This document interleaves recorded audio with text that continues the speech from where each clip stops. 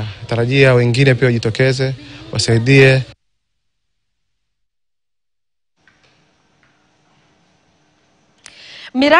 Miradi ya mikopo ya kibiashara kwa kina mama, ufadhili wa elimu kwa wanafunzi na miradi ya maji imesaidia kubadilisha maisha ya wakaazi wa vijiji vya Pate katika eneo bunge la Lamu Mashariki, kaunti ya Lamu.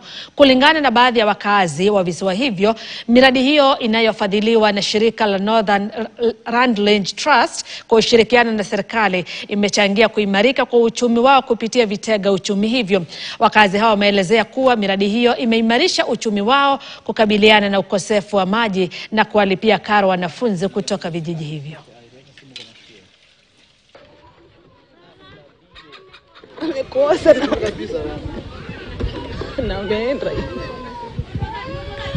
Scholarship ilipokuja, watoto wetu wameanza kufunguka akili kwa sababu wanapelekwa boarding school. Sasa mtoto akienda boarding school anakuwa na ile motisha ya kushindana na mwenzake. Mbona huyu kwao, huyu ametoka Faza amepata A, kwa nini mimi nimetoka Kiunga nisipate ile A? Sasa yeye pia anakuwa na morali kwa sababu anajua mimi nimetoka mbali. Hii miradi yote ya maji inasaidia sana hapo kwetu kwa sababu tuko na uhaba sana wa maji hapa Pate Island. Wakati wa kiangazi jerrycan moja ya 20 liters shoot kutoka kwa shilingi 5 mpaka shilingi 100.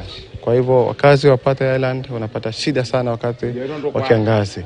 Kwa hivyo hii miradi mingi sana ambayo imeletwa na NRT imesaidia sana jamii, na jamii wanatarajia wengine pia wajitokeze wasaidie. Bado tukiendelea mtazamaji, serikali